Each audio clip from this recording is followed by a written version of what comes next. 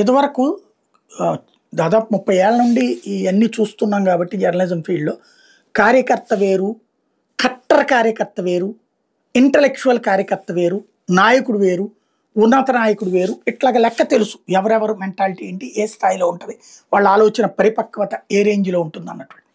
పత్రిక ఏంటి, రాజకీయ పత్రిక ఏంటి, లేకపోతే గనక బ్యాలెన్స్‌డ్ పత్రిక ఏంటి, ఆ పత్రికల యాజమాన్యాలకి నిధులు ఎక్కడివి, ఎలాగ నడుస్తాయి, ఇవన్నీ కూడా తెలుసు. కానీ విచిత్రమైనటువంటిది ఏంటంటే కంప్లీట్‌గా 30 ఏళ్లలో ఇంత దరిద్రపు స్థితికి దిగజారడం అన్నటువంటిది. ఎలాగా అంటే కట్టర్ కార్యకర్తల మనస్తత్వం ఎట్లుంటదంటే బీజేపీ వాళ్ళకి మోడీని విమర్శించేవాడిని పొడిచి చంపేయాలనిపిస్తది. కాంగ్రెస్ వాళ్ళకి రాహుల్ నుంచి విమర్శించేవాడిని పొడిచి చంపేయాలనిపించేస్తది.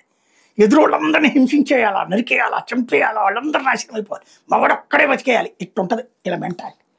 ఆ మెంటాలిటీని ఇప్పుడు ఈనాడు జ్యోతి పత్రికలు ఆ కట్టర్ కార్యకర్తల బుద్ధిలోకి వచ్చేసినాయి. కావలికి సంబంధించినటువంటి మాజీ ఎమ్మెల్యేని నిన్న సిఐ గారు పిలిచారట విచారణకి. 5:30-6 గంటలు విచారించారు. కాకపోతే సిఐ గారు ఎదురెళ్ళి తీసుకొచ్చారట. అది స్వాగతం అంట. అట్లట్లా తీసుకొస్తాడు అని కార్యకర్తలు ఫీల్ అవుతున్నట. అక్కడ ఉన్న జర్నలిస్ట్ ఫీల్ అయినట్టున్నాడు. ఆయన కార్యకర్త ఏమో ఇదివరకు ప్రజాశక్తి విశాలాంధ్రలో సిపిఐలో పనిచేసేవాళ్ళు విశాలాంధ్రలో నిదానంగా సీనియర్ కార్యకర్తలు వెళ్ళి విశాలాంధ్రలో లోకల్ రిపోర్టర్లుగా రాయడం మిగించేసి ఆ తర్వాతన సిటీకి ఆ స్థాయిలో ఆ తర్వాత నిదానంగా జర్నలిస్టులుగా తయారై వచ్చేవాళ్ళు.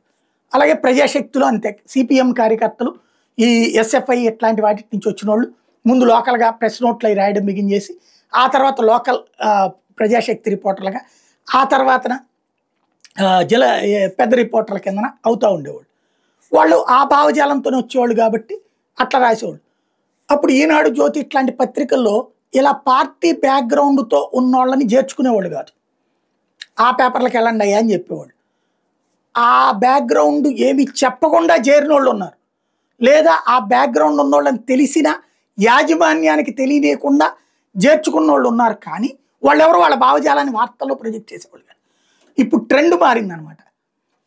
తెలుగుదేశం కార్యకర్తలే జర్నలిస్టుగా అవతరిస్తున్నారేమో తెలియదు, లేదా పాపం జర్నలిస్టుల్ని కార్యకర్తలుగా మారుస్తున్నారో తెలియదు.